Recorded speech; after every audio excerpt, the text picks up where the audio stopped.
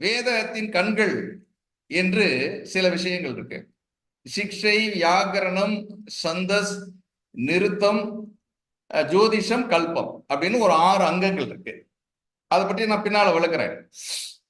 இதுல 5வது அங்கம் ஜோதிஷம்.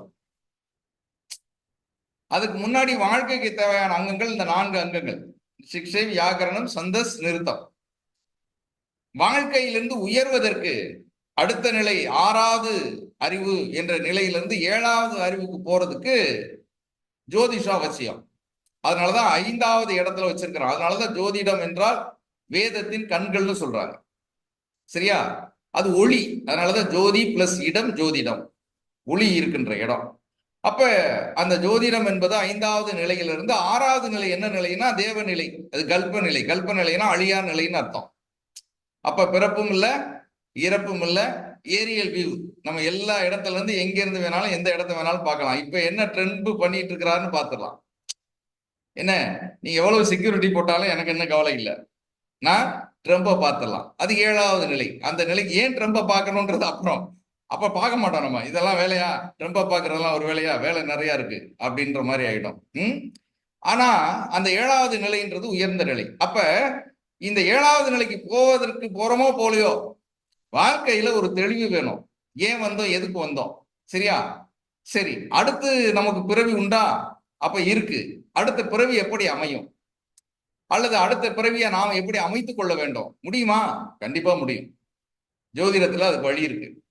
அப்ப டிசைனிங் தான். நம்ம வாழ்க்கையை நாம தான் டிசைன் பண்ண போறோம். அடுத்த பிறவியையும் நாம டிசைன் பண்ணலாம். எனக்கு அம்பானி வீட்டு பிள்ளையா பிறக்கணும்னாலும் பிறக்கலாம். சரியா? என்ன, அடுத்தது நான் அம்பானி வீட்டு பிள்ளையா தான் பிறக்கணும்னு நீங்க டிசைன் பண்றதுனா போய் டிசைன் பண்ணலாம். ஆனா அதுக்கு ஆதாரம் கிடையாது. ஆனா பண்ண முடியும், வாய்ப்பு உண்டு. ஆதாரத்தை நீங்க எடுத்து எவிடன்ஸா போட முடியாது. அதுக்கு மறுபிறவியினுடைய முன்ஜென்ம நினைவு இருந்தா செய்யலாம். அது முன்ஜென்ம நினைவு எல்லாருக்கும் வராது. சரி, அது ஒரு பக்கம் போட்டோம். இப்ப இந்த ஜோதிட கல்வி என்பது நான் ஏன் யோக கல்விக்கு முன்னால் கற்றிருக்க கூடாது, அந்த கேள்வி எனக்கு வந்தது. அப்ப ஜோதிட கல்விக்குள்ள போன பிறகு யோகம் என்பது சுத்தம் செய்வது. யோகம் என்பது சுத்தம் செய்வது. சுத்தம் என்பதை விட யோகம் என்பது இசைவுன்றதா கரெக்டான வார்த்தை.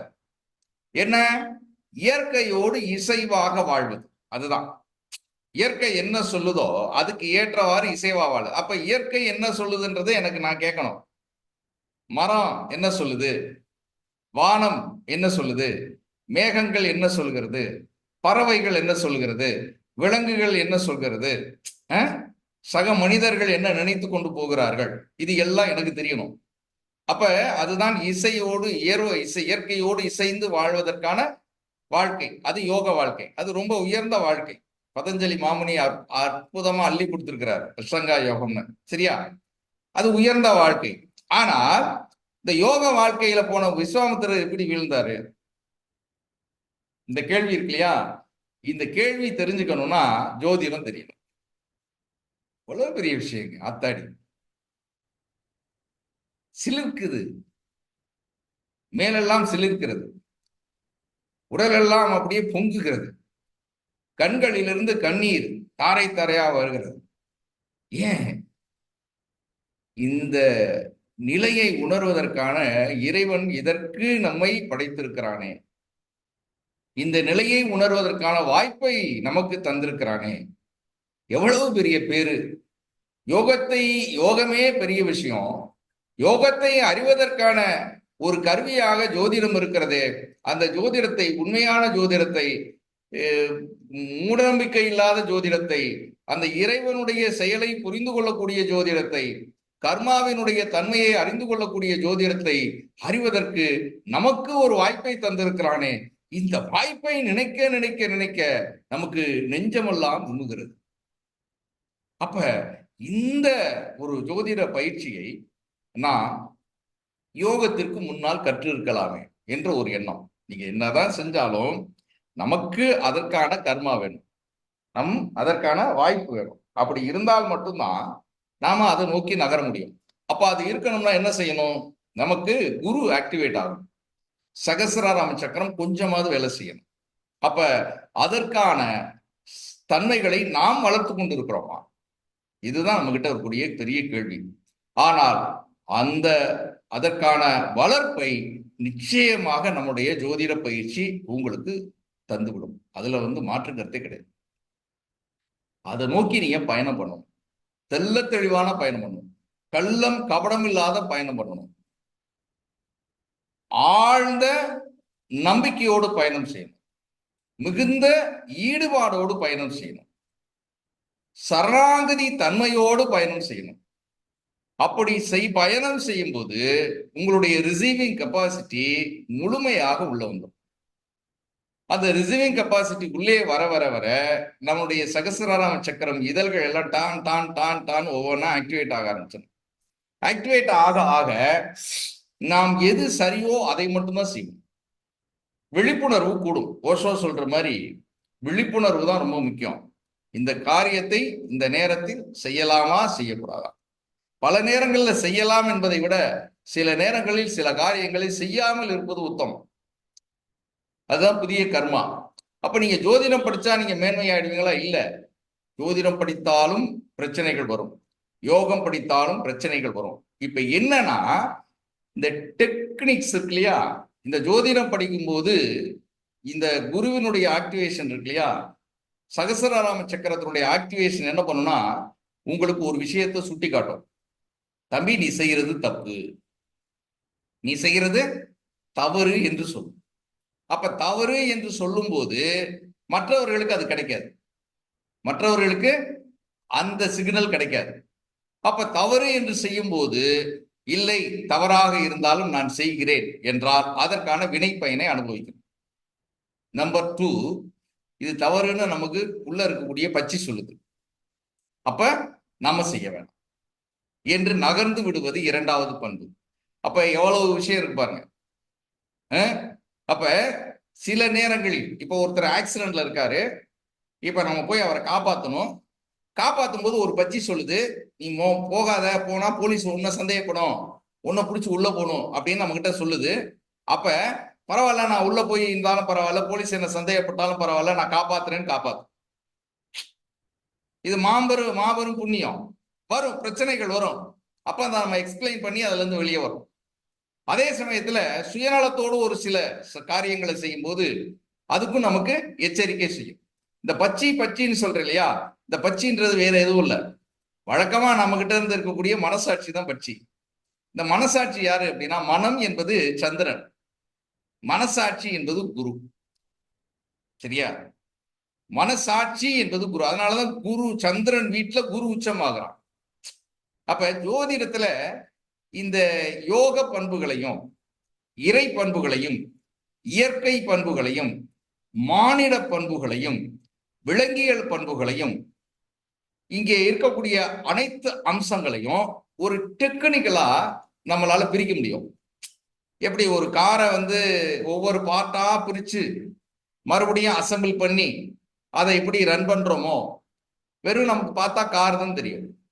அப்ப இந்த கார் எப்படி ஓடுது நமக்கு தெரியாது. ஆனா ஒரு மெக்கானிக்கிட்ட கொடுத்தோம்னா எல்லாத்தையும் தனித்தனியா பிரிச்சு எல்லாத்தையும் கிளீன் பண்ணி மறுபடியும் ஒண்ணு சேர்த்து, சார் ஃப்ரெஷ்ஷா ஓடுது சார் அப்படின்னு சொல்லுவார் இல்லையா. இதே போல ஜோதிடத்துல நான் சொன்ன இந்த இயற்கை பண்பு, இயல் பண்பு, மனித பண்பு, மனித மாண்பு, இயற்கையினுடைய அம்சங்கள், இறை பண்பு, இவை அனைத்தையும் தனித்தனியா பிரிச்சு நம்மளால பார்க்க முடியும்.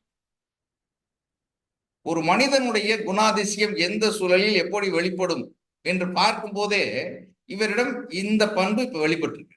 யாரு?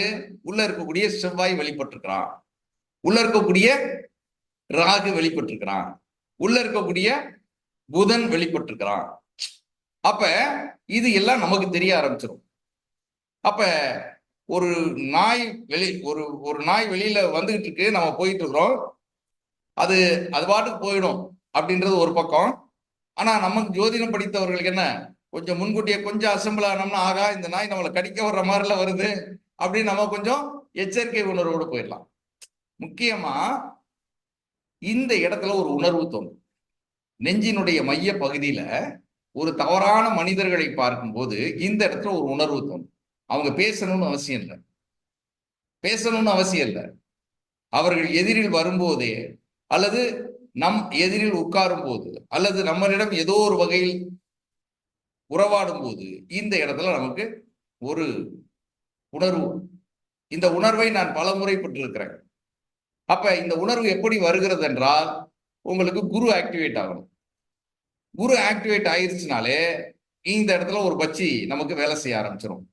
அப்ப பல நேரங்களில் நான் தொலைபேசியிலேயே இந்த நபரை விட்டு நீங்க வெளியே நில்லுங்க, இந்த நபரோடு தொடர்பு கொள்ளாதீர்கள் பல முறை சொல்லியிருக்கிறேன். சிலரோடு நான் வங்கி பணியில நான் பணியாற்றி கொண்டிருக்கக்கூடிய அந்த வேளையில பலரிடம் சொல்லியிருக்கிறேன், அந்த பையனோட ரொம்ப நெருக்கமா வச்சுக்காதீங்கப்பா, பிரச்சனைகள் வரும் அப்படின்னு. பாத்தீங்கன்னா அவனோட சேர்ந்த ஆள் பூரா சஸ்பென்ஷன், அவனோட சேர்ந்த சார்ஜஸ் கடைசியில 2 பேரும் டெர்மினேஷன் ஆயிட்டாங்க. ஏன்? அவர்களுடைய பேட் கர்மா என்ன பண்ணுவோம்னா நம்மளையும் சேர்த்து இழுத்துட்டு. இப்போ ஒரு பிளைட் ஆக்சிடென்ட் ஆகுதுன்னா 240 பணியாளர்களுடைய நல்ல ஜாதகம் இருந்தாலும் ஓரிரு தீய கர்மா கொண்ட மனிதர்கள் சேரும்போது இத்தனை நபர்களுக்கும் ஒரு பிரச்சனை வரும். ஒரு போட்ல போறான், ஒரே ஒரு சேட்டை பிடிச்ச ஒருத்தன் ஒரு போட்ல ஓட்ட போட்டுட்டானா என்ன ஆகணும்? நல்ல மனிதர்கள் எல்லாம் சேர்ந்து பலிகடாகிறாங்க இல்லையா? அது மாதிரிதான் நாம அப்பாவி மக்கள் சில நேரத்துல பலிகடாயிரும். இப்ப அமெரிக்காவில் இருக்கிற எல்லாரும் கெட்டவங்களா? இல்ல. ஆனா ட்ரம்ப்னால எல்லாரும் அனுபவிச்சுட்டு இருக்கிறாங்க, எவ்வளவு பிரச்சனைகள் அனுபவிச்சுட்டு இருக்கிறாங்க. அது மாதிரிதான் இதையும் நாம எடுத்துக்கொள்ளணும். அப்ப ஒவ்வொரு நிலையிலையும் டெக்னிக்கலா பிரிச்சு நாம பார்ப்பதற்கான ஒரு வாய்ப்பு இந்த ஜோதிடத்துல இருக்கு. அதனால இந்த ஜோதிடத்தை நீங்க விடாம கெட்டியா பிடிச்சுக்கோங்க. இப்ப நான் பிடிச்சுக்கிட்டேன் என்பதை விட ஜோதிடம் என்னை பிடித்து கொண்டது. இப்ப என்னை பிடித்து கொண்ட காரணத்தினால் நான் ஜோதிடத்துல செல்லாத சில பகுதிகளுக்கு நான் போக முடிஞ்சது. ஏன்? நான் ஏற்கனவே யோக கலையை கற்ற காரணத்தினால் இந்த ஜோதிடத்துல எல்லாரும் மூட நம்பிக்கைகள்ல போயிட்டு இருக்கிறாங்க. பல அன்பர்கள் என்ன பண்றாங்க, இன்றைக்கும் பல்வேறு முறையில பல்வேறு விஷயங்களை பண்ணிட்டு இருக்கிறாங்க. சில விஷயங்கள் ஒர்க் அவுட் ஆகுது, சில விஷயங்கள் ஒர்க் அவுட் ஆகல. ஆனாலும் பலர் ஜோதிடத்தினுடைய முழுமையான பண்புகளை அறிந்து கொள்ளவில்லை, புரிந்து கொள்ளவில்லை. இது எல்லாமே இங்க கர்மா பேஸ்டா இருக்குன்றத நம்ம இப்ப கர்ம ஜோதிடத்துல சொல்லிட்டு இருக்கோம். இப்ப ஜோதிடத்தினுடைய ஆரம்ப செயல்முறைகள்லாம் எப்படி இருந்ததுன்னா, இந்த பூமியில வாழ்கின்ற உயிர்கள், இந்த உயிர்களுக்கு தேவையான போஷாக்கு, தேவையான வசதிகளை செஞ்சு கொடுக்கணும். இந்த வசதிகளை யார் செஞ்சு கொடுப்பா? இதற்காக படைக்கப்பட்டவர்கள் தான் நவகிரகங்கள். சூரியன்ல இருந்து, சந்திரன்ல இருந்து, சுக்கிரன், புதன், செவ்வாய் உட்பட, அதாவது குரு உட்பட, சனி, இத்தனை கிரகங்களும் நாம் இங்கே வாழுகின்ற உயிர்களுக்கு தேவையான வசதிகளை செஞ்சு கொடுக்கணும். சரி, ஓரளவு தான் அந்த வசதிகள், இதற்கு மேல சில காரியங்கள் செய்யலாம். சரியா? சரி, இந்த கிரகங்களால இவ்வளவுதான் செய்ய முடியும், இதுக்கு மேலலாம் செய்ய முடியாது. அப்ப இதுக்கு மேல செய்யணும்னா நான் எவரெஸ்ட்ல ஏறணும் சார். எவரெஸ்ட்ல ஏறுறதுக்கு யார் ஹெல்ப் பண்ணுவா? செவ்வாய் ஹெல்ப் பண்ணுவான். செவ்வாய் ஹெல்ப் பண்ணுவான். என்ன அட்வென்ச்சர்ஸ் இல்லையா? செவ்வாய் என்ன பண்ணுவான்? எவரெஸ்டினுடைய பாதியில போய் நிப்பாட்டிடுவான், அதுக்கு மேல போக முடியாது. அப்ப செவ்வாய் கிட்ட ஏன்பா என்னப்பா பாதியில நிப்பாட்டினா எனக்கு அவ்வளவுதான் வலு, இதுக்கு மேல உங்களை நான் என்னால உயர்த்த முடியாது அப்படின்னு சொல்லுவான். அப்ப பாதியில நிப்பாட்டின செவ்வாய் என்ன பண்றது? மனிதனா அந்த செவ்வாய் விட்டுட்டு போகலையா? இப்ப அங்கதான் தேவை, யார் தேவை? ராகுனுடைய செயல்பாடு வேணும். இப்ப இந்த கிரகங்களால் ஓரளவுக்கு தான் உயர்த்த முடியும், அதாவது சூழ கிரகங்களால். இப்ப காஞ்சி பெரியவர் என்ன செய்வாரு? அவர் உயிரோட இருந்தவரை, அவரை பார்த்தவர்களுக்கு எல்லாரும் அனுகிரகம் கொடுத்தாரா? கொடுத்தார். அவர் இன்றைக்கு இல்ல. என்ன ஆயிடுச்சு? சூழ வடிவம் இன்னைக்கு சூட்சும வடிவம் ஆயிடுச்சு.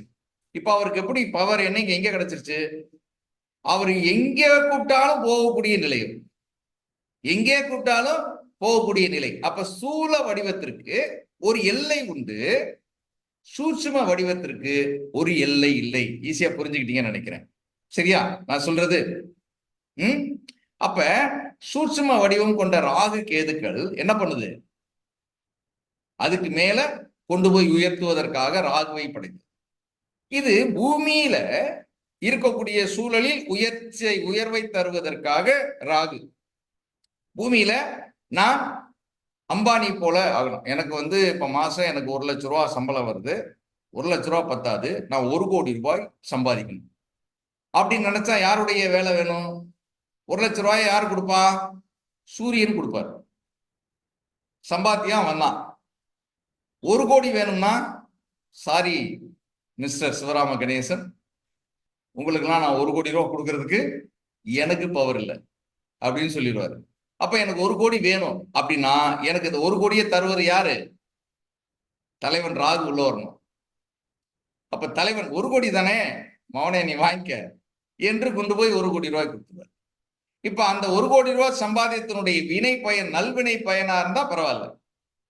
நான் 1,00,00,000 ரூபாய் சம்பாதிச்சு ஒரு முதியோர் இல்லம் கட்டுறேன், முதியோர்களுக்கு உணவு வழங்குறேன், அது சிறப்பாயிடும். அதே 1,00,00,000 ரூபாய் சம்பாதிச்சு என் பேங்க் பேலன்ஸை உயர்த்திக்கிட்டு நான் ஆடம்பரமா வாழ்கிறேன், அங்கதான் பிரச்சனை வந்துடும். ஜெயலலிதா இதுலதான் சரிவை கண்டார்கள். புரிஞ்சுக்கிட்டோமா?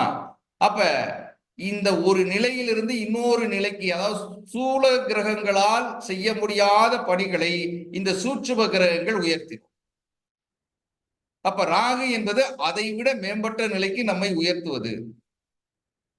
இல்லையே சார், அப்படியெல்லாம் இல்லையே சார், இன்னைக்கு சர்ப்பதோஷம் சர்ப்பதோஷம்ன்றாங்களே, அடி பின்னிக்கிட்டு இருக்கே, அது அப்புறம் வர்றேன். முதல்ல நமக்கு படைக்கப்பட்டதற்கான காரணம் சரியா இதுதான்.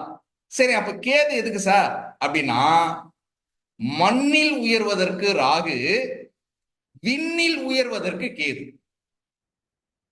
விண்ணில் அப்படின்னா ஒரு நிலை இருக்கு இல்லையா, கிரகங்கள் அப்படின்ற நிலை, கிரகங்களை கடந்து நட்சத்திரங்கள் என்ற நிலை, நட்சத்திரங்களையும் கடந்து செல்லும் போது தேவர்கள் என்ற நிலை, தேவ நிலையையும் கடந்து செல்லும் போது இறைநிலை என்ற நிலை. இப்ப இதுக்கெல்லாம் எப்படி சார் போறது? அப்ப இந்த நிலைக்கு போக வேண்டும் என்றால் கேது வேண்டும். அப்ப இந்த நிலைக்கு, மண்ணுல இந்த நிலைக்கு யார் கூட்டிட்டு போவா? மண்ணில் இந்த நிலைக்கு அழைத்து போவது குரு. எப்படி? மண்ணுல நான் இறைநிலையை உணர வேண்டும், நான் யோக கலையை படிக்க வேண்டும், நான் ஜோதிடம் படிக்க வேண்டும் என்றெல்லாம் உணர்வை தருவது யாரு? குரு. ஆனா இந்த நிலையிலிருந்து இன்னும் மேம்பட்ட நிலைக்கு நான் உயர வேண்டும். எனக்கு இது பத்தாது சார், இன்னும் சூட்சமா எனக்கு சில விஷயங்கள் கிடைக்கணும் அப்படின்னு நகரும் போது அதுக்கு என்ன வேணும்னா, ஒரு ஸ்டேஜ்ல குரு என்ன பண்ணிடுவாரு, அப்படியே கையை பிடிச்சு இழுத்துட்டு போய் கேது கையில விட்டுருவார். நீ அதீதமான தேடலோடு இருக்கிற, அந்த தேடல் அசாத்தியமான தேடல், அது மிகப்பெரிய யாருக்கு கிடைக்காத அந்த உணர்வு, இந்த அளவுக்கு உனக்கு தேடல் இருக்கிறது என்றால் இந்த தேடலுக்கு தகுதியானவன் நான் இல்லை. யார் சொல்றா? எல்லாம் அறிந்த குரு சொல்றாரு. எவ்வளவு பெரிய செய்தி பாருங்க. எல்லாம் அறிந்த குரு சொல்றாரு, இந்த நிலைக்கு தகுதியானவன் நான் இல்லை, இதற்கு தகுதியான ஒருவன் இருக்கிறான், அவனிடம் உன்னை நான் அழைத்து செல்கிறேன். யார் அழைச்சிட்டு போக முடியும்? குரு மட்டும்தான் அழைச்சிட்டு போக முடியும். சூரியனோ சந்திரனோ செவ்வாயோ புதனோ சனியோ ஒருபோதும் அழைத்து போக முடியாது.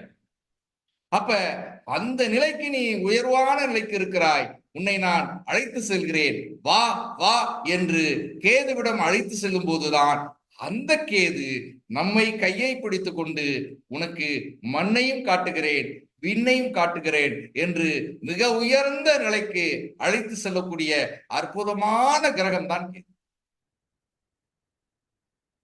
இப்ப புரிஞ்சுக்கிட்டோமா? அப்ப கிரகங்கள், இத்தனை கிரகங்களும் நமக்கு நன்மை செய்வதற்காக படைக்கப்பட்டன, நமக்கு நன்மை செய்வதற்காக படைக்கப்பட்டன. இப்ப இந்த நன்மை செய்கின்ற கிரகங்கள் ஏன் இப்பொழுது நமக்கு துன்பங்களை தருகிறது? அடுத்த கேள்வி. இப்ப இந்த கேள்வி கேட்கும் போது இங்கே நான் இப்ப அப்படியே அவுட் ஆஃப் சைடு போயிட்டு நான் இங்க வந்துட்டேன்.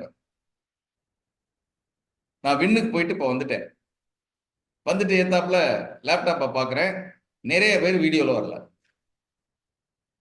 இப்ப புரியுதா? இப்ப விண்ணுக்கு போனவே நான் விண்ணில இருந்தே நான் பாடம் நடத்துறேன்னா எப்படி இருக்கும் சார்?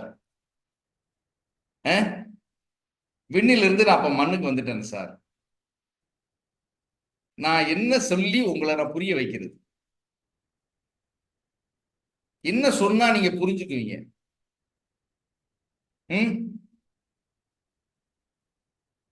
இப்ப நான் மண்ணுக்கு வந்துட்டேன்னா என்ன வரும்? செவ்வா உள்ள வந்து உட்காருவான். என்ன?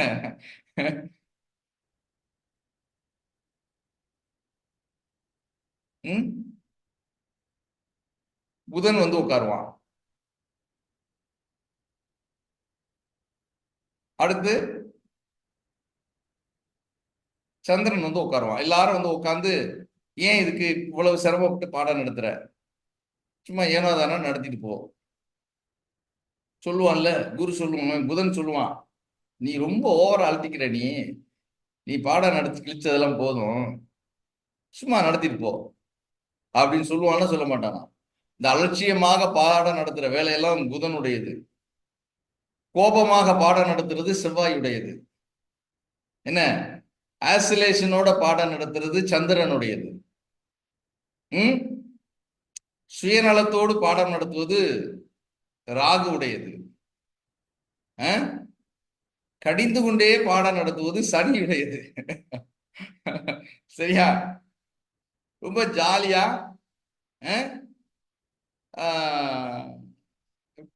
கொஞ்சம் லௌகீகமா, அதாவது இன்னும் சொல்ல போனா உங்களுக்கு எதெல்லாம் பிடிக்கும், நடிகர் நடிகைகளை எல்லாம் சொல்லி பாடம் நடத்துறது சுக்கிரனுடையது. அறிவியல் ரீதியாக கொஞ்சம் பாடம் நடத்துறது அதுவும் புதனோட இது வந்துடும். ஆன்மீகத்தோடு மெய்யறிவு கலந்து பாடம் நடத்துறது குருவோடு. அதே சமயத்துல விண்ணிலிருந்து பாடம் நடத்துவது கேதுவுடையது. ஜோதிடத்துல இல்லாத செய்திகளை எல்லாம் கொண்டு வந்து கொட்டிடுவார். அப்படிதான் நான் பல வகுப்புகளை நான் நடத்தி இருக்கிறேன். என்கிட்ட இருந்த மாணவர்கள் பூரா ரொம்ப கஷ்டம் நிலைச்சு நிக்கிறது. காரணம் என்னன்னா, அந்த அளவுக்கு அந்த அலைவரிசைக்கு போகணும்.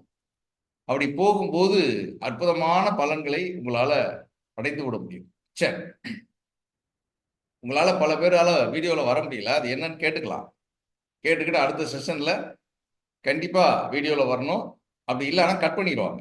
வருத்தப்படாதீங்க, கோச்சிக்காதீங்க. எனக்கு மாணவர்கள் இப்படிப்பட்ட மாணவர்கள் வேணும். என்னோடு கலந்து நிற்கின்ற மாணவர்கள், விண்ணோடு கலந்து நிற்கின்ற மாணவர்கள் வேணும். ரைட்.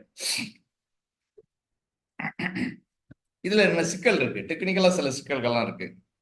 நீங்க இன்டர்நெட் உங்களுக்கு ஜிபி வந்து பேலன்ஸ் இருக்கும். ஜிபி பேலன்ஸ் இல்லைன்னா வீடியோல வர முடியாது. காலையில எந்திரிச்சோன்னா ஆரம்பிச்சிருப்போம், நம்ம தேய்ச்சி தேய்ச்சி பார்த்துருப்போம் ஃபேஸ்புக்கு, இன்ஸ்டாகிராம், அது இதுன்னு யூடியூப்லாம் பார்த்துட்டு சரி கிளாஸ் உட்காரோம்னா நான் பேசுறது இங்கீன்னு இழுக்கும், சுத்திக்கிட்டே இருக்கும். என்ன? அதற்கு ஏற்றவாறு இன்டர்நெட்டை கொஞ்சம் அதிகமாக வச்சுக்கோங்க. நம்பர் 1. நம்பர் 2, நல்ல இன்டர்நெட், அதாவது அந்த அலைவரிசை கரெக்டா கிடைக்கிற மாதிரியான உங்க ஏரியாவில் எது பெஸ்ட் அப்படின்னு கேட்டு அதை நீங்க இன்புட் பண்ணி வச்சுக்கோங்க. அது மோடம்லாம் நிறைய விற்கிது. அந்த மோடம்லாம் பார்த்து தடையில்லாத வகுப்பு இருக்கணும். உங்களுக்கு நான் பேசுறது தடையா இருக்கக்கூடாது, நீங்க பேசுறது எனக்கு தடையாது. அது மாதிரியான ஒரு நிலையை கையில வச்சுக்கோங்க. இது வந்து டெக்னிக்கலா நம்ம செய்ய வேண்டியது. ஏன்னா இது இணையதளம் என்றாலே ராகுதான். இப்ப இந்த கம்யூனிகேஷன் இருக்கு இல்லையா, இந்த இன்டர்நெட் கம்யூனிகேஷன்ஸ் எல்லாமே, இந்த கம்யூனிகேஷன்ன்றது வந்து புதன். அப்போ புதனும் ராகும் சேர்ந்துதான் இந்த வேலையை நடத்திட்டு இருக்கோம். இந்த புதனையும் ராகுவையும், இவங்க 2 பேருமே சேட்டைக்காரங்க, சாதாரண ஆளுங்க கிடையாது. இவங்க 2 பேரையும் வச்சுக்கிட்டு நம்ம குருவை நகர்த்தி கொண்டு போகணும். குருவை தூக்கி மேல உட்காரணும். இவங்க குருவை கவுத்தி விடுறதுக்கு ரெடியா இருப்பாங்க அப்பப்ப. அப்ப குருவை தூக்கி மேல வச்சுக்கிட்டு ராகுவையும் புதனையும் வச்சுக்கிட்டு நம்ம நகர்த்தி கொண்டு போக வேண்டியிருக்கு. அதனால நிறைய இடர்பாடுகள் வரும். அந்த இடர்பாடுகளை, ஏன்னா நான் ஆரம்பத்துல சொல்றேன், உங்களை ஜோதிடம் படிப்பதற்கு ஒரே ஒரு கிரகம் தான் உதவி செய்யும், குரு. மற்ற 8 கிரகங்கள் உங்களை வீழ்த்துவதற்கு தயாராகும். ஏன்னா கேது உட்பட அவளை சீக்கிரமான இறைநிலைக்கு நீ போயிட முடியாது அப்படின்ட்டு அவரும் கூட சோதிப்பார். அதனால கேது உட்பட ஜோதிடத்தை விட்டு விலகி போவதற்கான சூழலை ஏற்படுத்தும். அதனால நீங்க விடாப்படியா பிடிச்சுக்கணும். அப்ப மன உறுதியோடு, வைராக்கியத்தோடு, ஏன்னா நிறைய பேர் ஆர்வத்தோடு 70-80 பேர் சேருவாங்க, 100 பேர் கூட சேருவாங்க. ஆனா இந்த பயிற்சி முடியும் போது, அடிப்படை பயிற்சி முடியும் போது பாத்தீங்கன்னா ஒரு 30 பேர் இருக்கும். நான் பல முறை பார்த்திருக்கேன். ஏன்னா நம்ம கிட்ட இருக்கக்கூடிய அந்த கிரகங்கள் நம்மளை வேலை செய்யாம, அதாவது ஜோதிட பயிற்சியை தொடர்ந்து செய்ய விடாம நகர்த்திடும். இந்த சோதனைகளை எல்லாம் கடந்து நீங்கள் அனைவரும் வெல்ல வேண்டும், நீங்கள் அனைவரும் ஜோதிடத்தில் வெல்ல வேண்டும் என்ற ஒரு எண்ணத்தை நான் இந்த இடத்துல அழுத்தமா நான் பதிவு செய்ய விரும்புகிறேன். அந்த வெல்ல வேண்டும் என்ற உணர்வையும் உங்களுக்கு நான் தர விரும்புகிறேன். சரியா? அந்த வைராக்கியத்தோட மட்டும் நீங்க பயணப்படுங்க. இப்ப விண்ணிலிருந்து மண்ணுக்கு வந்ததுனால இப்போ மண்ணை பத்தி தான் சில விஷயங்கள் பேசுற மாதிரி வரும். அப்ப இந்த நிலையிலிருந்து அப்ப 2 கிரகங்கள், சூட்சும கிரகங்கள், இந்த ஸ்தூல கிரகங்கள் இருக்காங்கல்ல 7 கிரகங்கள், இந்த 7 கிரகங்களுக்குள்ள புகுந்து அவர்களை உயர்த்துவார்கள், இல்லை என்றால் வீழ்த்துவார்கள். உயர்த்துவார்கள் அல்லது வீழ்த்துவார்கள். வீழ்த்துவதற்கான காரணம் என்ன என்று கண்டறியும் போதுதான் கர்மா வந்து நிக்குதுங்க. அப்ப இந்த கர்மா அப்படின்ற ஒரு விஷயம், இது நான் செய்த செயல், அதுல ஒண்ணும் மாற்று கருத்து கிடையாது. 2 வகையில நான் செய்த செயல், ஒரு வகையில நம்முடைய முன்னோர்கள் செய்த செயல். இதுல எது வேணாலும் வலிமையா உட்காரலாம். முன்னோர்கள் செய்த செயலும் கூட வலிமையா உட்காரலாம், அல்லது நான் செய்த செயல் கூட வலிமையா உட்காரலாம். இது 2ம் நமக்கு நன்மையை தருகிறதா என்றால் கவலை இல்லை. அப்ப நன்மையை அனுபவித்துக் கொண்டிருப்பவர்கள் அவர் பாட்டு வேலையை பார்த்து போயிட்டே இருப்பான். ஆனால் இதில் இடர்பாடுகள் அப்படின்னு வரும்போதுதான் ஏன் எதுக்குன்ற கேள்வி. அப்ப இந்த இடர்பாடுகள் ஏன் எதுக்குன்னு கேள்வி கேட்கும் போது நமக்கு எங்கே தேவைப்படுது? ஜோதிடம் வர வேண்டியது. இதை தீர்வுக்கு எங்க போகணும்? யோகத்திடம் போகணும். இப்ப நீங்க ஜோதிடம் கத்துக்கிட்டு ஜோதிடத்திலேயே நீங்க தீர்வை தேடும் போதுதான் பிரச்சனை. இங்க பெரும்பாலானவர்கள் ஜோதிடத்திலேயே தீர்வை தேடி வாழ்நாள் முழுவதும் அலைந்து கொண்டிருக்கிறார்கள். அப்ப ஜோதிடத்தில் நீங்கள் அறிந்து தீர்வை எங்கேயோ நோக்கி போகணும்? யோகத்திடம் போகணும். அப்ப யோகத்திடம் கேட்கும் போதுதான் தீர்வு கிடைக்கும். அந்த யோகம் என்பது இசைவு நிலை. நீங்க இந்த இசைவு நிலைன்றது ரொம்ப பெரிய விஷயம். இப்ப ஒரு ஜோசியரை பாக்குறீங்க, இந்த கிரகங்கள்லாம் பிரச்சனை இருக்குங்க, உங்களுக்கு சர்ப்ப தோஷம் இருக்கு, பித்திரு தோஷம் இருக்கு, எந்த தோஷம் அந்த தோஷம் சொல்லிடுறாரு. சொல்லிட்டு இந்த கோயிலுக்கு போங்க, நீங்க சூரியனார் கோயிலுக்கு போங்க, உங்களுக்கு விலகிடும். சரியா? காளகஸ்தி போங்க, விலகிடும். ரைட், நல்ல வேலை, ஜோசியர் நல்ல வழிகாட்டினார். சக்குன்னு சூரியனார் கோயிலுக்கு போயிட்டு ஒரு அர்ச்சனையை பண்ணிட்டு ஒரு தீபத்தை போட்டு, ஐயா சூரிய பகவானே எனக்கு நல்லது செய்யுங்கன்னு வேண்டிட்டு வந்துடும். அடுத்து ஒரு ட்ரிப் இங்க இருந்து ஆந்திரா காளகஸ்தி போறோம். காளகஸ்தி போய் அங்கேயும் வேண்டிட்டு பகவானேன்னு தீபத்தை போட்டு விலகிட்டு வந்தோம். ரைட்டா? இப்ப சூரிய தோஷமும் சர்ப்ப தோஷமும் விலகுற ஸ்டேஜ்ல இருக்கு. நேரா வீட்டுக்கு வந்துடுறோம். வீட்டுக்கு வந்து வீட்டுல வந்து பாக்குறோம் ஏதோ ஒரு சம்பவம். மனைவியை ஓங்கி ஒரு கடி கடிக்கிறோம், அல்லது கணவனை ஓங்கி ஒரு கடி கடிக்கிறோம். கடிக்கிறோமா இல்லையா? முடிஞ்சு வச்சு. நீங்க சூரியனார் கோயிலுக்கு போயிட்டு வந்ததா, எங்க காளகஸ்திக்கு போயிட்டு வந்தது காலி. என்னன்னா இங்க இசைவு நிலையிலிருந்து தவறுகிறோம். புரியுதா? இந்த இசைவு நிலைன்றது, நீங்க உங்களுக்கு பரிகார வேலை செய்யணும்னா நீங்க இசைவு நிலை தவறாம இருக்கணும். இப்போ ஒரு நோயாளிக்கு டாக்டர் என்ன பண்றாரு? சிகிச்சை கொடுக்குறாரு, மருந்து கொடுக்குறாரு, மருந்து கொடுத்துட்டு போறாரு. போகும்போது சொல்லுவாரு, ஐயா நீங்க ஹார்ட் பேஷண்ட்டுங்க, இனி நான்வெஜ் சாப்பிடக்கூடாது, கொழுப்பு கொண்ட உணவுகள் சாப்பிடக்கூடாது, பொரித்த உணவுகள் சாப்பிடக்கூடாது, மாத்திரை மருந்து கொடுத்துட்டேன், இதெல்லாம் சாப்பிடாம இருக்கணும், முடிந்தவரை தினசரி ஒரு 20 நிமிடம் அப்படியே காற்றோட்டமா நடந்து போயிட்டு வாங்க. இதெல்லாம் நீங்க பண்ணினீங்கன்னா உங்களுக்கு இப்ப நான் கொடுத்த மருந்து நல்லா வேலை செய்யும், தொடர்ந்து ஹார்ட்ல பிரச்சனை வராம இருக்கும். சரியா? நல்ல டாக்டர், நான் சொல்றது நல்ல டாக்டர். என்ன இல்லைன்னா நீ அடிக்கடி என்கிட்ட வா, நான் சிகிச்சை தர்றேன் அப்படின்னு சொல்ற டாக்டர் ஆயிடும். நான் சொல்றது உண்மையிலேயே நல்ல டாக்டர் இருந்தா அதை சொல்லுவாங்க. இப்ப நான் சிகிச்சை எடுத்துட்டேன், காசு கொடுத்துட்டேன், மாத்திரை மருந்து சாப்பிட்டுட்டு இருக்கேன். அதுக்கப்புறம் என்ன இருக்கு? நம்மால சுகர் பேஷண்ட்ட ரொம்ப நடக்குது அடிக்கடி. என்னன்னா டெய்லி மாத்திரை போட்டுக்கிட்டு இருப்பாங்க, திடீர்னு முன்னாடி குலோப் ஜாமுன் கொண்டாந்து வச்சிருவாங்க ஒரு விசேஷத்துக்கு போனோம்னா, அல்லது ஐஸ்கிரீம் வந்து வச்சிருவாங்க. நமக்கு அப்படியே என்னடா அது. இப்ப இங்க என்ன ஆயிடும், மாவனே ஒரு நாள் தானே ஒரு குலோப் ஜாமுன் சாப்பிடுவோம், ஐஸ்கிரீம் சாப்பிடுவோம், வேணும்னா ஒரு மாத்திரைய கூட போடும். வருமா வராதா? கண்டிப்பா வரும். நிறைய பேர் செஞ்சுட்டு இருக்கிறாங்க. சோ இங்க இசைவு நிலை தப்பி போகுது. அப்ப இந்த இசைவு நிலை தப்பும் போது நான் இல்ல அவர் என்ன சொல்றாரு, நான் எங்க குடும்பமே எங்க வம்சமே வீர பரம்பரையா, நாங்க ஆடு கோழி இல்லாம நாங்க சாப்பிட்டதே கிடையாது. என்ன தெரியுமா, எங்க ஏரியால வந்து பார்த்து பாரு, நாங்க 100 ஆடை வெட்டி ஒரே சமயத்துல சாப்பாடு போடுவோமா. மௌனே என்ன ஆயிடும்? அப்ப டாக்டர் சொன்னது என்ன ஆயிடும்? அங்கே இசைவு நிலை தப்பி போகுது. இந்த விஷயத்த நாம புரிஞ்சுக்கணும். அப்ப இசைவு நிலை நீங்க என்னதான் கோயிலுக்கு போனாலும், என்னதான் நீங்க பரிகாரம் செய்தாலும், இங்கே இசைவு நிலை இருந்தால்தான் வேலை செய்யும். நான் கோயிலுக்கு போவேன், நான் சொல்லுவான் பேசுறதெல்லாம் பெருமாள், ஆனா இடிக்கிறது பூரா பெருமாள் கோவிலுமா. அப்ப எல்லாம் செஞ்சுட்டு அந்த இசைவு நிலை இல்லை என்றால் துன்பம் வரத்தான் செய்யும்.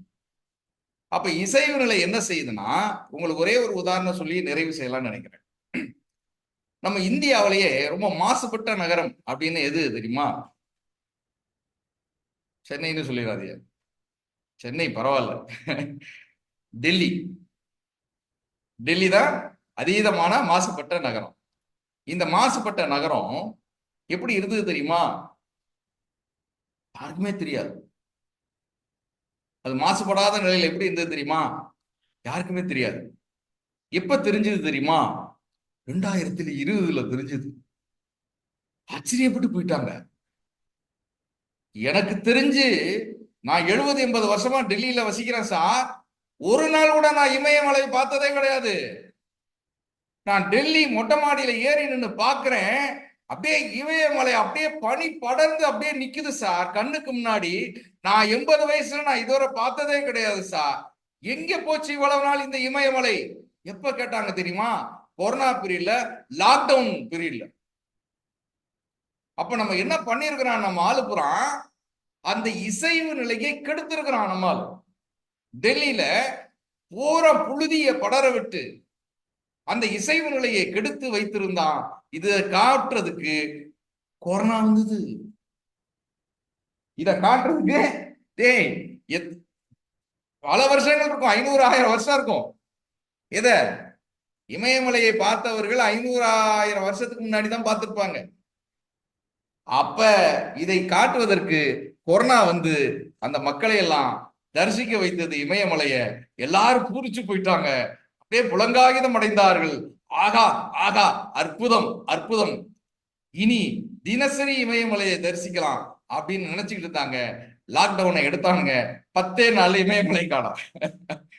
10 நாள்ல இமயமலையை காணாமச்சு. இப்ப இது யாருடைய தவறு? உங்களுக்கு இன்னொரு உதாரணம் சொல்றேன். நம்ம சென்னையில இதே 2019 ஒரு கார்த்திகை மாசம், நான் இதை ஏற்கனவே கணிச்சிருந்தேன், கணிச்சு பேஸ்புக்ல எல்லாம் போட்டிருந்தேன். சென்னை பெருவெள்ளம், கடுமையான வெள்ளம். அப்ப இந்த பெருவெள்ளத்துல செம்பரம்பாக்கம் ஏரியை திறந்து விட்டாங்க. ஃபுல்லா சென்னைக்குள்ள வந்துருச்சு. பணக்காரன் எல்லாம் 2 மண்ணுக்காக அலைகிறான், காசை வச்சுக்கிட்டு ஒன்னும் வாய்ப்பு இல்லாம அலைஞ்சான். பாத்தீங்கன்னா ஒரு பெரிய நல்லது நடந்துச்சு. அப்ப எல்லாரும் கஷ்டப்பட்டாங்க. என்ன நல்லது நடந்துச்சுன்னா, கூவம் சுத்தமானது.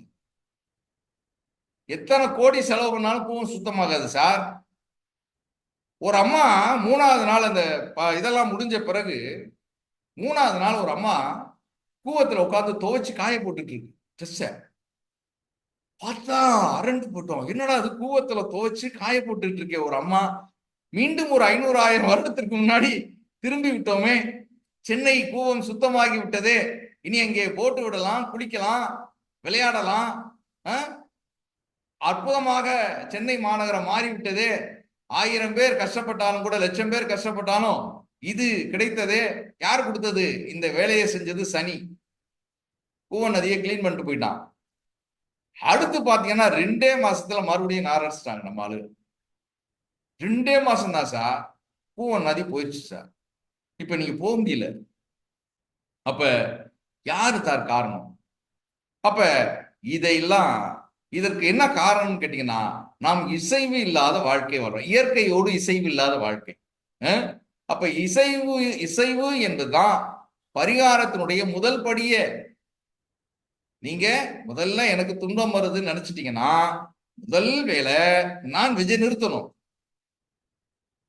சார் முட்டை மட்டும் சாப்பிடலாமா? பாத்தீங்களா, ஆரம்பிச்சுட்டீங்க பாத்தீங்களா? நீங்க ஒருபோதும் திருந்த மாட்டீங்க.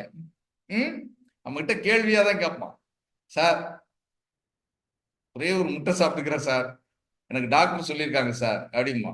அப்ப நம்ம என்ன சொல்லுவோம், ஐயா சாதாரண ஜோதிடர்னா என்ன, அதெல்லாம் பரவாயில்ல சாப்பிடுங்க, இங்கிட்டு பரிகாரம் பண்ணிக்கங்க, இங்கிட்டு நீங்க முட்டை என்ன எதை வேணாலும் சாப்பிட்டுங்க, தலப்பாக்கட்டி பிரியாணி கூட சாப்பிட்டுங்க அப்படின்றாங்க. இப்ப நான் யோகம் படிச்ச ஜோதிடரா இருக்கிறேன்னா, இப்ப எங்க மாணவ அட்மின் டீம் என்ன சொல்றாங்க, சார் நீங்க உங்க கிளாஸே தப்பு சார். யாரு? நம்ம அட்மின் டீம். என்னம்மா அப்படின்னு கேட்டா, நீங்க அடிக்கடி நான்வெஜ்ஜை பத்தி சொல்றீங்க, நான்வெஜ் சாப்பிட்ற ஆள்கள்லாம் நம்மளை விட்டு போயிடுறாங்க சார், நீங்க பயன்படுத்துறீங்க அதனால போயிடுறாங்க சார், அதுக்கு என்ன செய்யலாம், நீங்க நான்வெஜ்ஜை பத்தி பாடமே நடத்தாதீங்க சார்.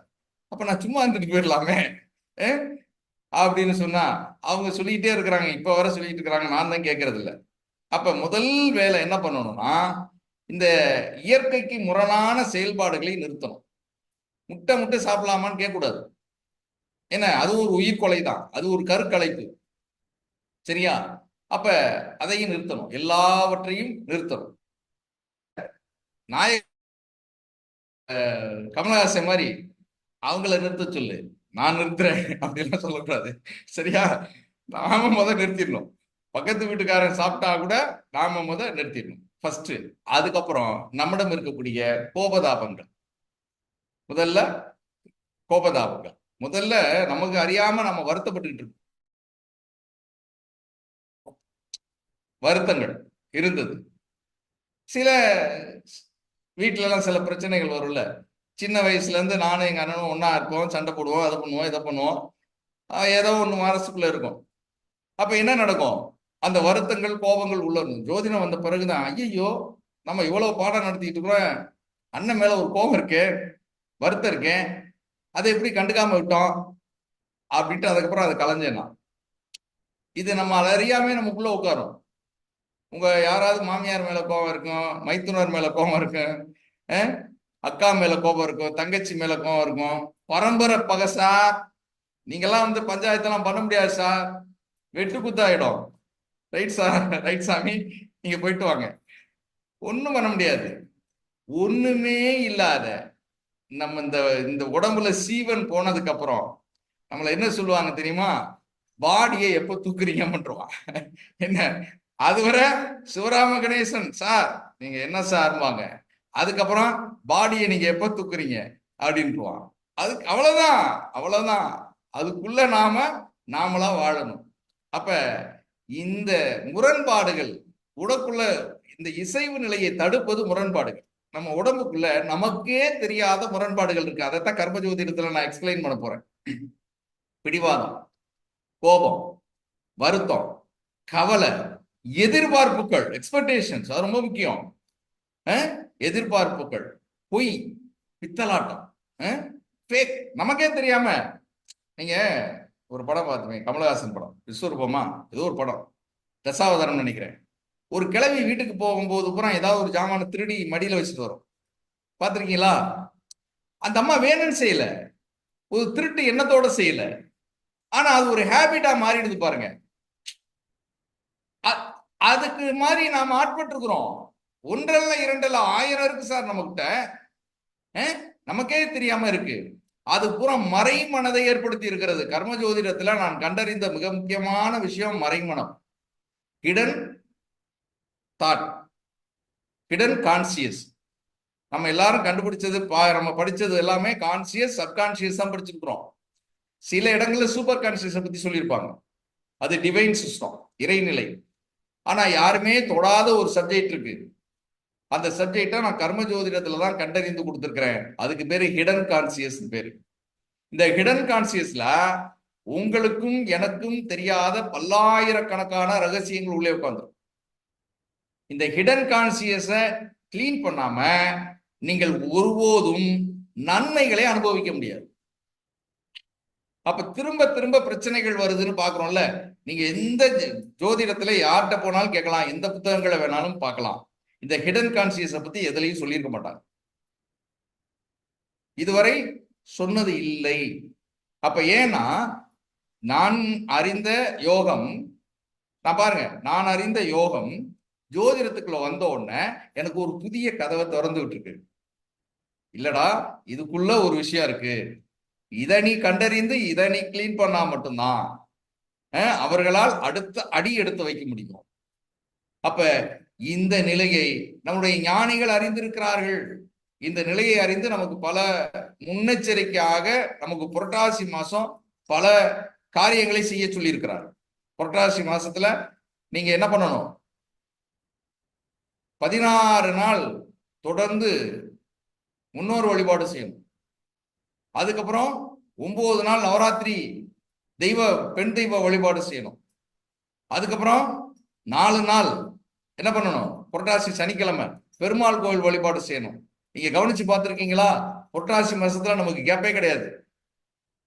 சார் கல்யாணம் போலாம், கல்யாணமே கிடையாது. சார் காது குத்து போலாம், காது குத்து கிடையாது. சார் கிரக பிரவேசம் போலாம், கிரக பிரவேசம் கிடையாது. வேற ஏதாவது நல்லது போகக்கூடாது. இங்க போய் சொல்றீங்க, கோயிலுக்கு போ, முன்னோர் வழிபாடு செய், பெண் தெய்வ வழிபாடு செய், தொடர்ந்து செய். ஏன் சார்? இதுதான் இசைவு நிலை. இந்த இசைவு நிலையை கெடுக்கின்ற ஒரு இடம் நம்மளுடைய ஜோதிடத்துல ஜாதக கட்டத்துல இருக்கு. அதை அவர்கள் அறிந்திருக்கிறார்கள், அறிந்து அதை பக்தி மார்க்கத்துல கொடுத்திருக்கிறாங்க. இப்ப அந்த கதவை நம்ம கர்ம ஜோதிடத்துல ஓபன் பண்ணியிருக்கிறோம். அப்ப இந்த மறைமனதினுடைய தன்மைகளை குறைப்பது, அழிப்பது ரொம்ப முக்கியம். இந்த மறைமனம் என்ன செய்யும்னா அடுத்த ஜெனரேஷனுக்கு அப்படியே கொண்டு போயிடுது. நீங்க மட்டும் இல்ல, அடுத்த ஜெனரேஷனும் கடுமையா பாதிக்கும்.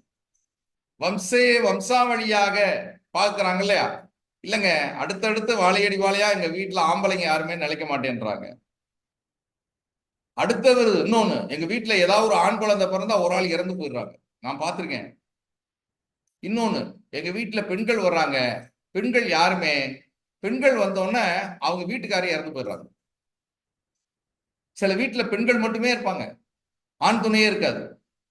சில வீட்டுல பாத்தீங்கன்னா ஆண்கள் மட்டும் இருப்பான், ஒரு பெண் கூட வீட்டுல வந்து தங்காது.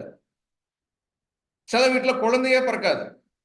சில வீட்டுல பெண் குழந்தை மட்டும்தான் பிறக்கும். சில வீட்டுல ஆண் குழந்தைகள் மட்டும் பிறக்கும். இந்த ஆண் குழந்தைகள் என்ன பண்ணுவான், அடாவடித்தனம் பண்ணிட்டு இருப்பான். எங்க வீட்டுல ஆசைக்கு ஒரு ஆணு, ஆசைக்கு ஒரு பெண்ணு கேட்கிறாங்க இல்லையா, ஒரு பெண் குழந்தை கூட பிறக்காது. இப்படி எல்லாம் பல நிலைகள்ல இருக்கிறத பாக்குறோம். இது எல்லாத்துக்கும் காரணம் அந்த மறைமனம். அப்ப ஹிடன் கான்சியஸ், நமக்கே தெரியாம உள்ள ஒரு விஷயம் உள்ளே ஒளிந்திருக்கிறது. இப்ப இதையெல்லாம் விரிவாக பார்ப்பதுதான் நம்முடைய கர்ம ஜோதிடம். சரியா? இன்னும் ஆழமா நம்ம பயணம் பண்ண போறோம், ரொம்ப டீப்பா பயணம் பண்ண போறோம். 3 மாசம் இந்த அடிப்படை வகுப்பை 3 மாசம் திட்டமிட்டு இருக்கிறேன். வாரத்துல 2 நாள் வகுப்பு அப்படின்ற அடிப்படையில திட்டமிட்டு இருக்கிறோம். எப்படி உங்களுக்கு எந்த நாள் என்பதை நாம திட்டமிட்டு நம்ம சொல்லுவோம். இப்ப அட்மிஷன் போயிட்டு இருக்கு. நிறைய அன்பர்களை நீங்களும் இந்த வகுப்புக்கு கொண்டு வர்றதுக்கான முயற்சி செய்யுங்க. இது முழுக்க முழுக்க ஒரு தேடல் உணர்வுள்ள மனிதர்களுக்காக நடத்தக்கூடிய வகுப்பு. அதனால பிசினஸ் மைண்ட்ல இருக்கிறவங்க இருக்க மாட்டாங்க, அவங்களால இருக்க முடியாது. இதை நம்ம தொழில் செய்யலாம், ஆனாலும் அந்த மனநிலை அதான் முன்புறம் நிற்பவர்கள். இப்ப நம்ம படிக்கணும், படிச்சுட்டு உடனே இதுல சம்பாதிக்கணும்னு நினைக்கிறவங்க தொடர முடியாது. அப்ப இயல்பாகவே உண்மையான தேடலோடு, ஆன்மீக சிந்தனையோடு, மனித மனம் பற்றிய ஆராய்ச்சி, மனித மனம் பற்றிய ஆராய்ச்சியை, மனிதனுடைய வாழ்க்கையை பற்றிய ஆராய்ச்சியை, தேடுதல்களை உண்மையாக நாம் தேடுபவர்கள் அனைவருக்கும் இந்த வகுப்பு உங்களுக்கு மிகச்சிறந்த ஒரு திறவுகோலாக அமையும். பல விஷயங்களுக்கு திறவுகோலா இருக்கும். அதை நம்முடைய பல அன்பர்கள் அதை உணர்ந்திருக்கிறார்கள். அதனால இதை நீங்க அறிந்து கொண்டு அடுத்தடுத்த வகுப்புல நீங்க இணைந்து பயணம் செய்யணும்னு கேட்டுக்கிறேன். நம்முடைய வித்யாலயம் அக்ஷயா ஜோதிட வித்யாலயம். இப்ப இந்த இல்லந்தோறும் ஜோதிடம் அப்படின்றது நம்முடைய அக்ஷயா ஜோதிட வித்யாலயத்துல நான் 2019 கொரோனா காலத்துல தான் 2020 தான் அதை அறிமுகப்படுத்தணும். அது முன்னாடி வர ஆன்லைன் வகுப்பே கிடையாது. அப்போ ஸ்கூல்ஸ் எல்லாம் ஆன்லைன் வகுப்பு ஆரம்பிச்சாங்க. அப்பதான் ஏன் நம்ம ஜோதிடத்தை ஆன்லைன் வகுப்பு ஆரம்பிக்க கூடாதுங்கும் போது எல்லாரும் நிறைய தடை சொன்னாங்க. ஆன்லைன்றது ராகுங்க, நீங்க என்னங்க ஜோதிடத்தை கொண்டு போய் ராகுவோட சேர்க்கலாமான்னாங்க. நம்ம ராகு இருக்கான்ல, சும்மா இருப்பானா, நான் சதய நட்சத்திரம் சும்மா இருப்பானா, அட போங்கப்பா, அதுக்குள்ள ஜோதிடத்தை மறந்துடுவாங்க, லாக்டவுன்ல கொண்டு போயிருவோம் அப்படின்னு நான் கொண்டு போனேன்.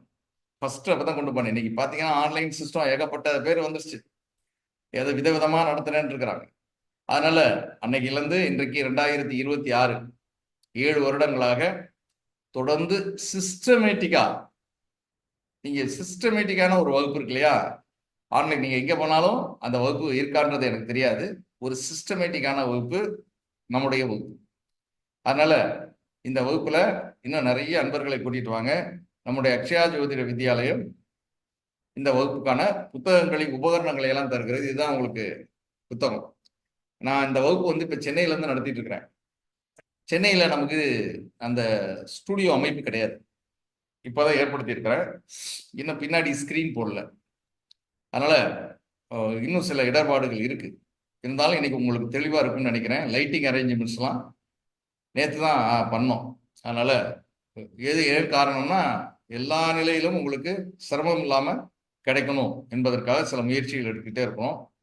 அதனால தொடர்ந்து மிகச்சிறந்த அந்த ஜோதிடத்தினுடைய தன்மைகளையும் அதனுடைய மறைத்து வைக்கக்கூடிய பல்வேறு செய்திகளையும் நாம் இதுல பார்க்க போறோம்.